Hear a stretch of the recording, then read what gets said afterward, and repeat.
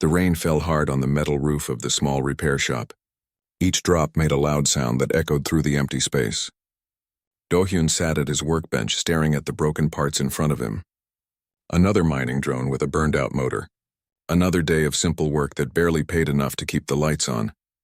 He wiped the grease from his hands with an old cloth.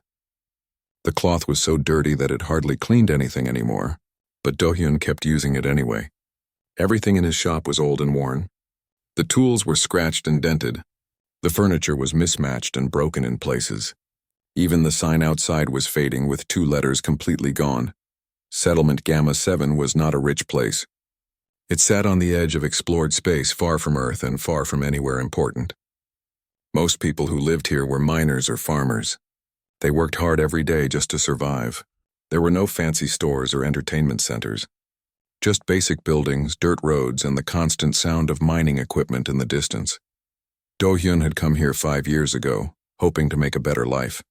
He was good with machines. He could fix almost anything if he had enough time. But the colony was small, and there were not many customers. Most days he sat alone in his shop, waiting for someone to need his help. The door chimed. The sound was so unexpected that Do-hyun jumped a little in his chair. He turned to look at the entrance. The door was old and creaky, and it took a moment to fully open. When it did, Do-hyun saw something that made him freeze. A small creature stood in the doorway. At first, Do-hyun thought it was a human child wearing some kind of costume. But as the creature stepped into the light, he realized it was something else entirely, something alien. The child was barely a meter tall. Her skin was smooth and had a strange shine to it like pearl or moonstone. It changed color slightly as she moved, shifting from pale blue to soft purple. She had large eyes that were completely violet, with no white parts at all. Her fingers were long and delicate, and there were only 4 on each hand instead of 5. She wore a cloak that was too big for her. It dragged on the floor as she walked, and it was torn in several places. The fabric looked expensive once, but now it was dirty and ragged. She struggled to carry something heavy in her small arms. Do-hyun stood up quickly, his chair scraping against the concrete floor. He had seen aliens before. The colony had a few alien visitors each year, usually traders or diplomats passing through. But he had never seen a child alien before, and certainly not one that looked so lost and alone. "Hello," Do-hyun said carefully. He spoke in Standard, the common language that most species used for trade and communication. His accent was heavy, but he could make himself understood. The child looked up at him with those huge violet eyes. She blinked slowly, and Do-hyun could see that she was trying very hard not to cry. She lifted the heavy object in her arms and placed it on his workbench with a soft thud. It was an android. Do-hyun could see that immediately. But it was unlike any android he had ever seen before. Its body was made of smooth chrome that reflected the light in strange ways. There were delicate patterns carved into the metal, designs that looked like flowing water or wind. The android's face was peaceful, almost human-like, but clearly artificial, and it was badly damaged.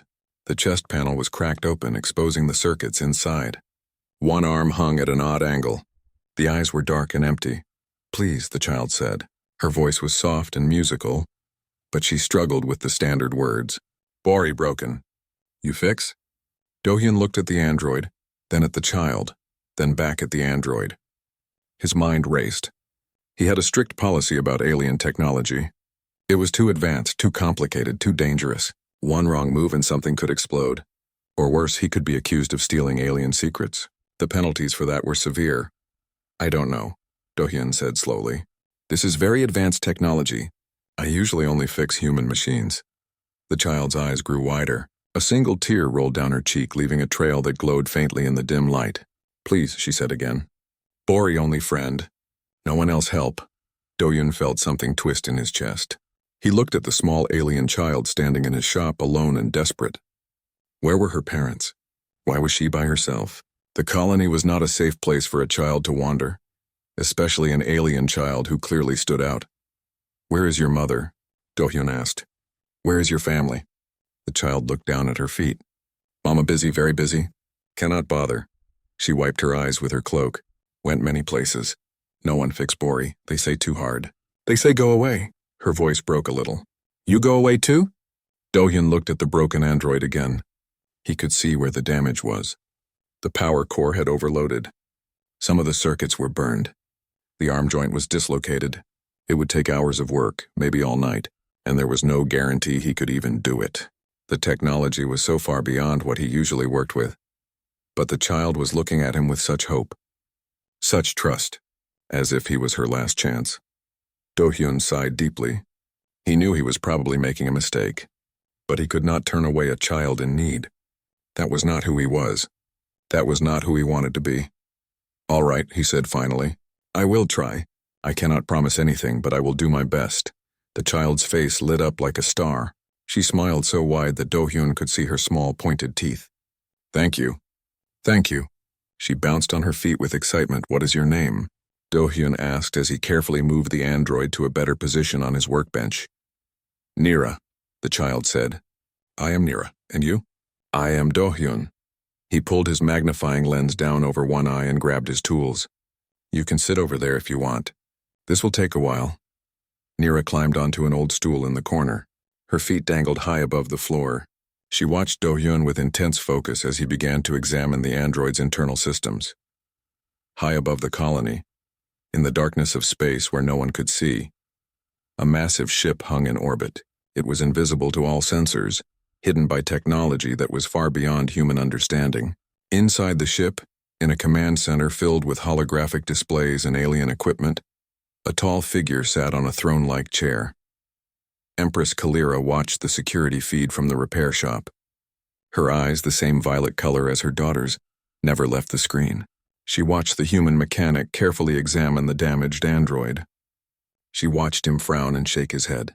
She watched him look at Nira with concern, and she waited to see what he would do.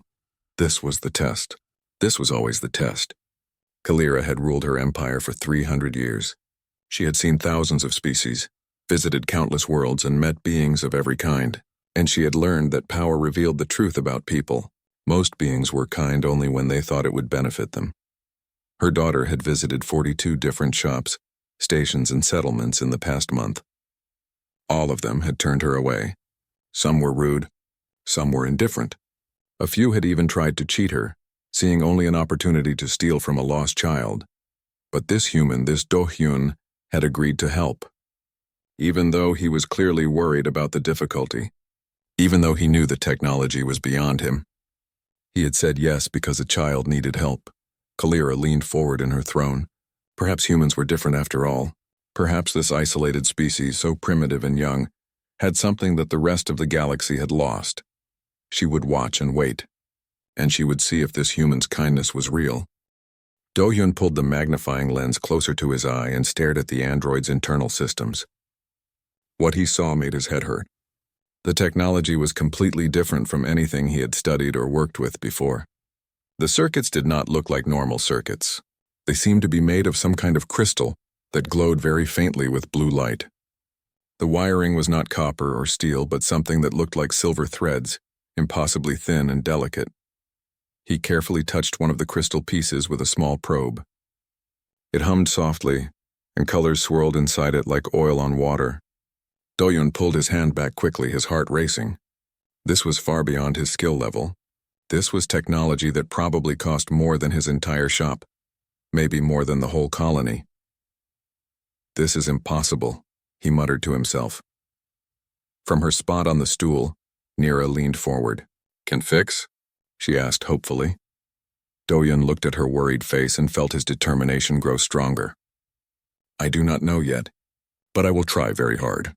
He started by taking pictures of everything with his old camera. If he was going to work on this android, he needed to document every step. That way, if something went wrong, he could at least try to put it back the way it was. He photographed the broken chest panel, the damaged circuits, the dislocated arm, every angle, every detail. Then he began to carefully remove the broken pieces. The android was held together by fasteners that he had never seen before. They were not screws or bolts. They seemed to lock and unlock based on pressure applied in specific patterns. It took him 20 minutes just to figure out how to open the first panel. As he worked, Nira told him about Bori. The android was her constant companion, she explained. Bori had been with her since she was very small. The android told her stories, played games with her, and kept her safe when she was scared. 3 days ago, Bori had protected her from a dangerous animal on a planet they were visiting. The creature had attacked and Bori had fought it off. But the fight had damaged the android badly. Mama said new Bori could be made, Nira said softly. But I want this Bori. This one knows all my secrets. This one is my friend, Dohyun understood. He had owned a stuffed bear as a child, and when it tore, his mother had offered to buy him a new one. But he had cried until she agreed to sew the old one back together. It was not about having a bear. It was about having his bear, the one that knew him. I understand, Dohyun said. We will fix your Bori. The hours passed slowly. Dohyun worked with intense focus, barely looking up from the android. He used his database to try to understand the alien technology. Surprisingly, once he looked past the advanced materials, the basic principles were not so different from human engineering. There were power sources, processors, motors, and sensors. They just worked in ways that were much more elegant and efficient. The main problem was the power core. It had overloaded and burned out several connection points. Dohyun did not have replacement parts for alien technology, so he had to improvise. He took components from his spare parts bin and modified them carefully. He used human-made conductors to bridge the gaps where alien circuits had burned away. It was crude work, like using duct tape to fix a spaceship. But slowly, carefully, it started to come together. Around midnight, Dohyun looked up and realized that Nira had fallen asleep. She was curled up on the stool with her head resting against the wall. Her cloak was wrapped around her like a blanket. She looked so small and fragile. Dohyun stood up, stretched his sore back, and walked to a storage cabinet. He pulled out his old jacket and gently draped it over the sleeping child. Nira stirred slightly but did not wake. Dohyun looked at her peaceful face and wondered again where her mother was. What kind of parent let their child wander alone in a rough colony like this? Was she lost? Had she run away? The questions bothered him, but there was nothing he could do about it right now. He would make sure she got home safely after he finished the repair work. He returned to the workbench and continued his work. The android's arm joint was the next challenge. It had been pulled out of its socket with tremendous force. The socket itself was cracked. Dohyun had to carefully file down the rough edges and then create a temporary brace using metal strips and polymer adhesive. It would not be as strong as the original, but it would work. The most delicate part was reconnecting the neural pathways. The android had an artificial brain that was incredibly complex. Thousands of tiny connections linked different parts of the system together. Many of these connections had been severed when the power core exploded. Dohyun had to use a microscope and the steadiest hands he had ever employed to reconnect them one by one. His eyes burned from staring through the microscope. His fingers cramped from holding the tiny tools. His back ached from bending over the workbench. But he kept going. There was something meditative about the work. Something peaceful. For these hours, nothing else mattered. Not his struggling business, not his lonely life, not his worries about the future. There was only the problem in front of him and his determination to solve it. As dawn began to lighten the sky outside, Dohyun reconnected the final neural pathway. He sat back and rubbed his tired eyes. The android lay on his workbench, looking almost whole again. The chest panel was closed. The arm was back in place. All the circuits were reconnected. But would it work? There was only one way to find out. Dohyun located the power button, a small crystal on the back of the android's neck. He hesitated for just a moment. If this did not work, Nira would be heartbroken. But he had done everything he could. He pressed the button. For a long moment, nothing happened. Then the crystals inside the android began to glow, softly at first, then brighter.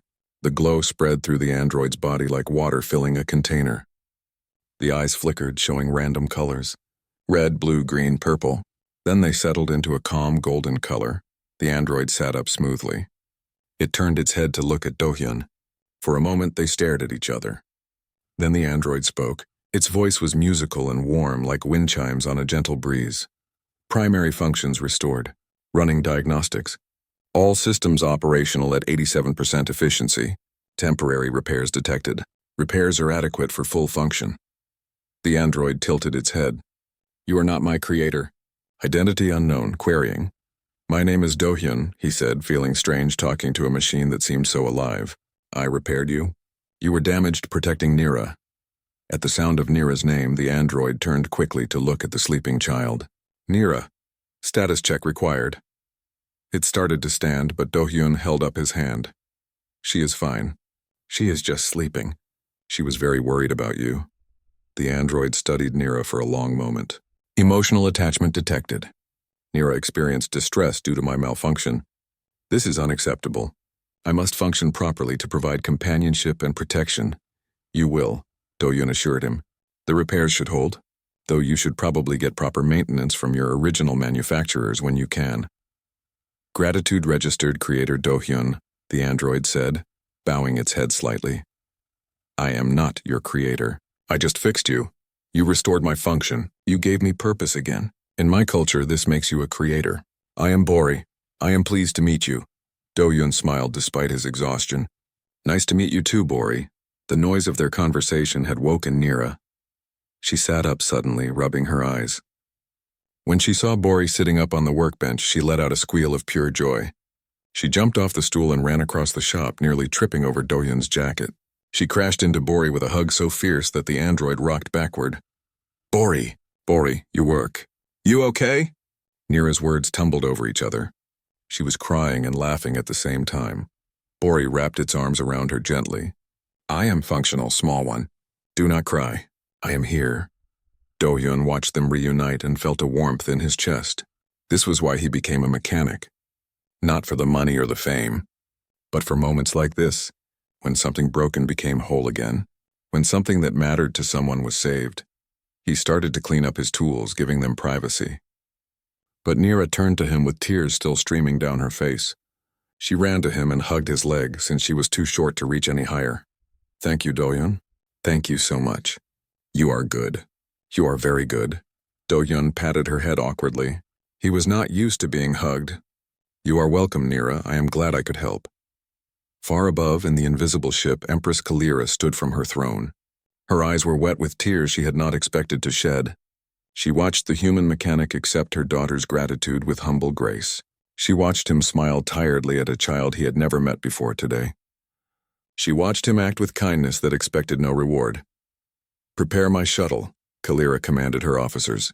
I will meet this human myself. The test was over, and for the first time in decades, someone had passed. The morning sun was just beginning to warm the settlement when Nira finally stopped hugging Bori. The android stood patiently, letting the small child cling to it as long as she needed. Do-hyun had seen enough reunions between people and their beloved possessions to know that this moment was important. He busied himself putting away his tools, giving them space. Finally, Nira stepped back and looked up at Bori with a huge smile.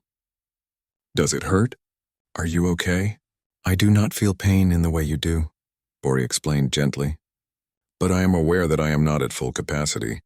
The repairs creator Do-hyun made are excellent, but they are temporary. I will need proper maintenance eventually. However, I am fully functional for all your needs. Nira nodded seriously, then turned to Do-hyun. She reached into a small pouch that hung from her belt. The pouch looked old and handmade, with colorful threads woven into patterns. She pulled out several objects and laid them on the workbench. Do-hyun stared at what she had placed there. There were 5 crystalline coins, each one perfectly round and glowing with internal light. They changed colors slowly, shifting from blue to green to purple. Even in the early morning light, they were beautiful. Next to the coins was a small metal card with symbols he could not read. It looked official and important. Payment, Nira said proudly. For fixing Bori. Mama gave me emergency money. This enough? Do-hyun picked up one of the coins carefully. It was warm to the touch and surprisingly heavy for its size. He had no idea what these were worth, but he could guess. A single coin like this could probably buy his entire shop. Maybe the whole building. The metal card looked like some kind of credit chip, and if it was alien technology, it likely held more money than Do-hyun would see in his lifetime. He looked at the small alien child standing in front of him, so eager to pay for his services. Then he looked at Bori, who was watching the exchange with calm golden eyes. Finally, he looked at the coins again, feeling their weight in his hand. Nira, Do-hyun said slowly. He knelt down so he was at her eye level. I cannot take this money. Nira's face fell. Not enough? I have more. I can get more. Please, I pay fair price. No, Do-hyun said quickly, holding up his hands. That is not what I mean. This is too much. Way too much. I cannot take this, but you work all night, Nira protested. You fixed Bori when no one else would. You must be paid. Is fair, Dohyun smiled at her. He carefully placed the coin back with the others and closed her small hand around them. Keep your money, Nira. I do not want payment for this. Nira stared at him with her large violet eyes. She looked completely confused. No payment, but why? Everyone wants payment. That is how things work. Not always, Dohyun said. Sometimes people help each other just because it is the right thing to do. You needed help. I could give it. That is enough reason for me. I do not understand, Nira said softly. She looked at Bori as if the android might explain this strange human behavior. Bori tilted its head thoughtfully. This is interesting. In my database, I have records of many species and their customs. Very few cultures practice aid without expectation of return. This is unusual. Dohyun stood up and walked to his workbench. He opened a drawer and rummaged through it until he found what he was looking for. It was a small wooden figure, carefully carved from a piece of dark wood. He had made it during a particularly slow week, just to keep his hands busy. It was a bird with its wings spread wide, caught in the moment of taking flight. He had always liked this carving. He had spent many evenings working on it, getting every feather just right. But looking at it now, he knew it had been made for this moment, for this child who needed to understand that kindness existed in the universe. Here, Dohyun said, placing the wooden bird in Nira's palm. This is a gift. Not payment, not trade. Just a gift from one friend to another. Nira looked at the carved bird with wonder. She traced its wings with her finger, feeling the smooth wood. You made this? With your hands? Yes, on Earth we have a tradition of carving wood. It is an old skill, very old. This bird is called a falcon. They are hunters, very fast and strong, but they also represent freedom. The ability to go anywhere and do anything. It is beautiful, Nira whispered. She held it up to catch the light, turning it to see every angle. Why give to me? So you remember, Dohyun said. So you remember that you met a human who wanted to help you. So you remember that not everyone in the universe wants something from you, and maybe, when you are older and you meet someone who needs help, you will remember this and you will help them too. Nira's eyes filled with tears again, but these were different tears, happy tears. She clutched the wooden bird to her chest and looked up at Dohyun with something close to awe. I will remember. I promise. I will keep this forever. Good. Dohyun smiled and patted her head gently. Now we should talk about getting you home. Where is your mother? Does she know where you are? Nira's expression changed. She suddenly looked mischievous, like a child with a secret. Mama knows. Mama always knows where I am. Is she nearby? Can we call her to come get you? She will come soon, Nira said confidently. She is probably already coming. Dohyun frowned. That was a strange thing to say. How could Nira know that? But before he could ask more questions, Bori spoke. Alert, large spacecraft detected. Entering atmosphere. Trajectory indicates landing at this settlement. Time to arrival, 3 minutes. Dohyun's blood went cold. Large spacecraft were rare at Settlement Gamma 7. When they did arrive, it was usually bad news. Military inspections, corporate takeovers, or worse. The settlement had no defenses and no important officials. Everyone here was just trying to survive. We need to get inside somewhere safe, Dohyun said urgently. He reached for Nira's hand. Come on.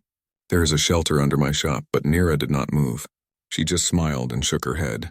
No need to hide. It's just Mama. Your mother is coming in a large spacecraft? Uh-huh, she has big ship. Very big. Nira seemed completely unconcerned about the approaching vessel. Dohyun heard the sound now, a deep thrumming that made his teeth vibrate.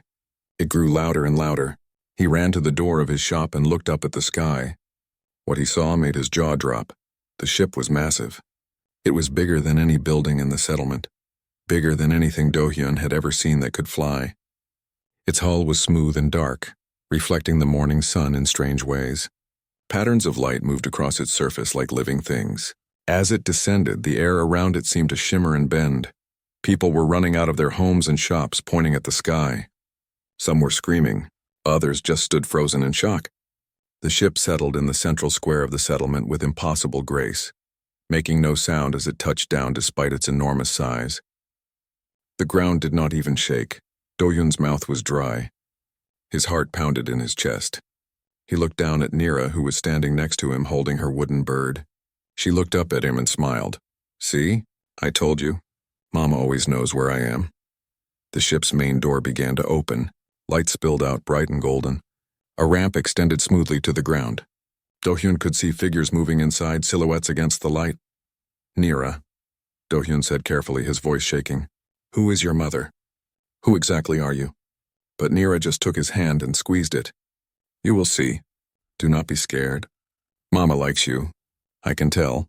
The first figure emerged from the ship. It was Nira riding on Bori's shoulders. No, wait. Do-hyun's tired brain struggled to understand what he was seeing. That could not be right. Nira was standing next to him. But there was another Nira coming down the ramp. Then he understood. That was not Nira coming down the ramp. That was a fully grown version of Nira's species. An adult female who looked similar to the child but taller, more regal. She wore robes that seemed to be made of starlight itself, shifting colors with every movement. Around her head floated a crown of pure light, forming and reforming in complex patterns. Behind her came others, warriors in armor that looked organic and mechanical at the same time, officials in formal clothing. All of them were different species, different colors and shapes. But all of them followed the female figure with obvious respect and obedience. The female descended the ramp with slow, measured steps. Everyone in the settlement was staring now. Many people had fallen to their knees instinctively, though they did not know why. There was just something about this being that demanded respect. She reached the bottom of the ramp and looked around the settlement with sharp, intelligent eyes. Those eyes were the same shade of violet as Nira's.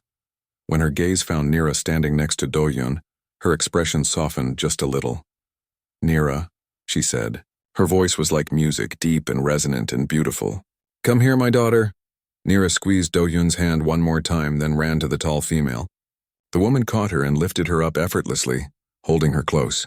They spoke in a language Do-hyun did not understand, soft words that sounded like singing. Then the woman's eyes turned to Do-hyun. He felt like he was being examined by something vast and ancient. He wanted to run, to hide, to disappear, but his legs would not move. The woman walked toward him, still carrying Nira. She stopped a few meters away. Up close, she was even more impressive. Power radiated from her like heat from a fire. "You are Do-hyun," she said. It was not a question. "The one who repaired my daughter's companion." Do-hyun's voice came out as barely a whisper. "Yes, I am Do-hyun." The woman studied him The woman's smile was gentle, but Do-hyun could see the power behind it. This was someone who commanded armies, someone who decided the fate of worlds. And she was standing in front of his shabby little repair shop, holding her daughter and looking at him with an expression he could not quite read. "Do not be afraid," she said softly. "I mean you no harm," easy for her to say. Do-hyun's heart was hammering so hard he thought it might burst. Around them, the entire settlement had gathered. Hundreds of people stood in a wide circle, watching this impossible scene unfold. No one spoke. No one moved. The silence was so complete that Do-hyun could hear the morning wind rustling through the settlement. The woman set Nira down carefully. The child immediately ran back to Do-hyun and took his hand again as if to reassure him. Having Nira's small hand in his did actually help a little. At least he was not facing this alone. "My name is Kalira," the woman said. She did not shout, but her voice carried to every corner of the square. Everyone could hear her clearly. "I am Empress of the Kaliran Empire. My territory includes 12,000 worlds across this region of space. I have ruled for 300 years, and I will rule for 300 more." Do-hyun felt his knees go weak. An empress. A real empress of an actual space empire. And he had fixed her daughter's toy. Oh no, oh no. What if he had done something wrong? What if the repair was not good enough? What if he had accidentally damaged something important? His mind raced through 1,000 terrible possibilities. Kalira must have seen the fear on his face because she held up one hand in a calming gesture. "Peace, Do-hyun of Earth. You have done nothing wrong. In fact, you have done something very right." She turned to address the whole crowd. "For 300 years I have led my people. I have seen countless species, visited worlds without number, and met beings of every type. I have learned that power shows the truth about people. It reveals who they really are inside." Kalira began to walk slowly around the square as she spoke. Her guards stayed near the ship, but they watched everything carefully. When you have power, everyone treats you differently. They smile when they do not mean it. They offer help because they want something in return. They show kindness because they fear what you might do if they do not. After 300 years of this, you begin to wonder if real kindness exists at all. She stopped walking and looked at Nira. So I created a test. A simple test. My daughter travels in disguise, dressed in old clothes with no guards. She goes to different worlds and settlements. She finds beings who repair things, who work with their hands, and she asks them for help with a broken android. Do-Hyun's stomach dropped. A test. This had all been a test. He looked down at Nira, who smiled up at him innocently. Kalira continued. Most beings refuse to help. They say the work is too hard, too complicated, too risky. They do not want to deal with alien technology. Some are rude. Some are cruel. A few even try to cheat her, seeing only an opportunity to steal from what they think is a helpless child. The Empress's voice grew harder. In the past month, my daughter has visited 42 different places. 42 different beings who could have helped her. All of them failed the test. All of them showed that when they thought no one important was watching, their kindness disappeared. She turned to face Do-Hyun directly. Until last night. Until she met you. Do-Hyun did not know what to say. His mouth opened, but no words came out. He felt like he was in a dream, and not a good one. You agreed to help even though you were worried about the difficulty, Kalira said. You worked all night even though you had no guarantee of success. You refused payment even though you clearly need money. And you gave my daughter a gift, a piece of your own craft, asking nothing in return. The Empress walked closer until she was standing right in front of Do-Hyun. Up close, he could see that her eyes were not just violet. They had depths to them, layers of color that seemed to go on forever. Looking into those eyes was like looking into space itself. Why did you do it? Kalira asked. Why did you help a strange alien child with no thought of reward? Do-Hyun swallowed hard. His voice came out rough and uncertain. Because she needed help. Because I could give it. I do not know any other reason. You did not think about what you might gain. No. You did not wonder if she was important? I wondered where her mother was. I was worried about her being alone. You did not see an opportunity? I saw a scared child with a broken friend. Kalira studied him for a long moment. Then she nodded slowly as if he had confirmed something she already knew. Humanity has been isolated for so long. You are a young species, barely reaching beyond your own solar system. When my scouts reported on Earth decades ago, their report was not favorable. They said humans were too primitive, too violent, too focused on their own conflicts. She looked around at the gathered crowd. Because of that report, I decided that humanity was not ready to join the galactic community. I saw no reason to make contact. Let them develop on their own, my advisors said. Perhaps in a few hundred years they will be ready. Do-Hyun felt a chill. He had just learned that first contact with aliens had been delayed because someone thought humans were not good enough. That humanity had been judged and found wanting by beings they did not even know existed. But last week, Kalira continued, I was reviewing the old reports and I saw something interesting. The scouts had only visited Earth's major cities, the centers of power and conflict. They had not visited places like this. She gestured around the settlement. Small colonies on the edge of space. Places where people work hard just to survive. Places where community matters more than politics. I decided to test humanity one more time. I sent my daughter here to settlement Gamma 7 to see what would happen. And you, Do-Hyun, have shown me something I did not expect to find. The Empress raised her voice so everyone could hear. This man, this human, showed my daughter pure kindness. Not because he thought she was important. Not because he wanted a reward, but simply because it was the right thing to do. He worked all night to repair something that mattered to a child he had never met. He refused payment that could have changed his life, and he gave a gift that he had crafted with his own hands, asking nothing in return.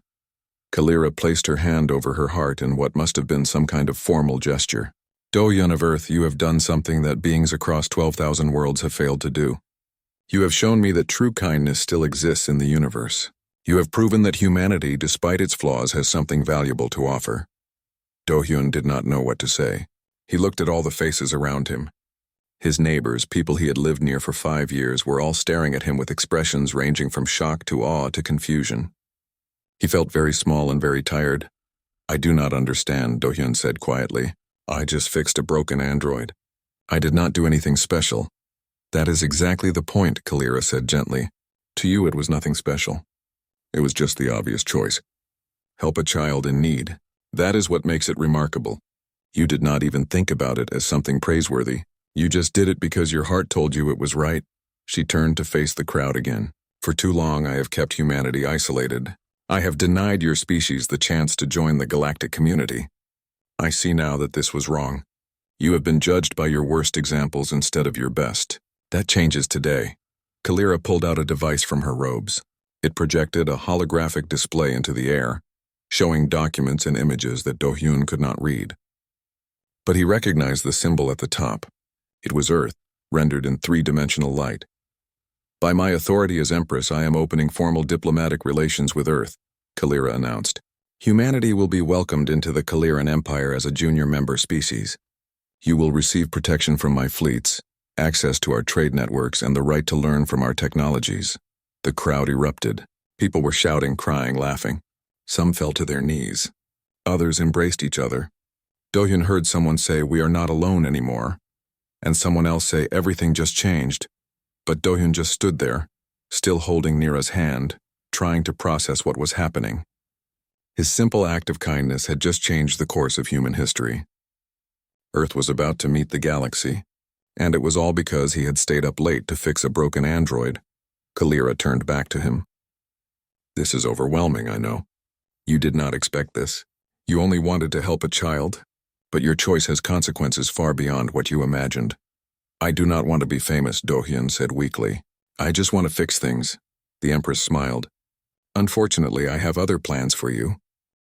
Do-hyun stared at the Empress, his mind struggling to catch up with everything that was happening. Around him, the settlement was still in chaos. People were crying, laughing, shouting questions. Some were trying to get closer to the Empress's ship. Her guards had formed a protective barrier, but they did not look threatening, just watchful. What plans? Do-hyun asked nervously. Kalira gestured to one of her officials who came forward carrying a tablet-like device. The Empress touched it and more holographic displays appeared in the air between them. Do-hyun saw images of buildings, ships, and what looked like official documents with many seals.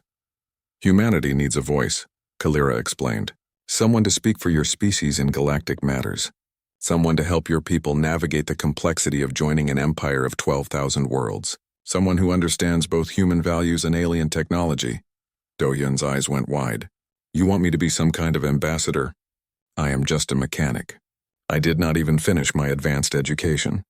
I cannot. You can, Kalira interrupted gently but firmly. And you will. Not because you are the most educated human or the most powerful, but because you have demonstrated the quality that matters most. You have shown wisdom in how you treat others. You have shown that humans are capable of kindness without calculation. She waved her hand and the holographic displays changed. Now they showed what looked like contracts and appointment documents. I am offering you the position of Earth's first ambassador to the Kaliran Empire. You will represent your world in my court. You will learn our ways and teach us yours. You will help build the bridge between humanity and the rest of the galaxy. Do-hyun felt dizzy. Yesterday he was a struggling repair shop owner. Today he was being offered a position that would affect billions of lives. I do not know anything about being an ambassador. I do not know your laws or customs or politics. You will learn, Kalira said. I will provide teachers, advisors, everything you need. But the most important things, the things that cannot be taught, you already possess. You have integrity. You have compassion. You have the ability to see beings as individuals rather than as tools or obstacles. Nira tugged on Do-hyun's hand. He looked down at her and she smiled. You should say yes. It will be fun. We can be friends for real. I already thought we were friends, Do-hyun said. We are. But now you can visit and we can play and you can tell me more Earth stories. Do-hyun looked around at the crowd.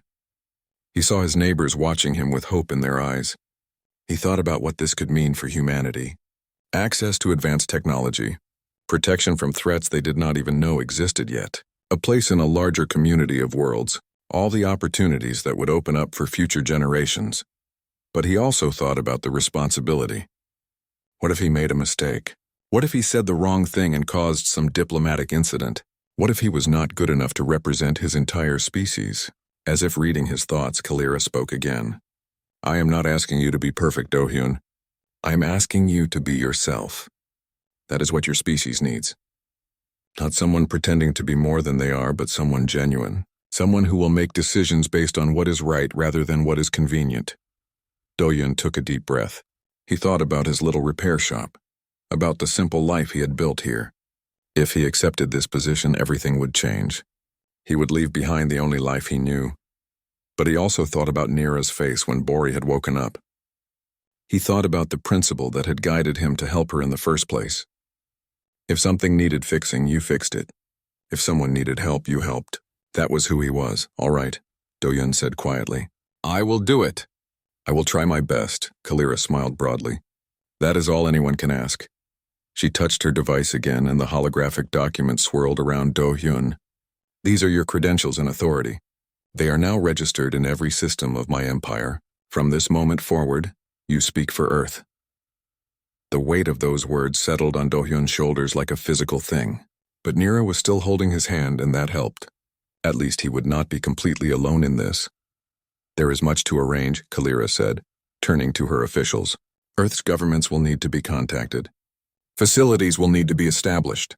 Educational programs created. She looked back at Do-Hyun.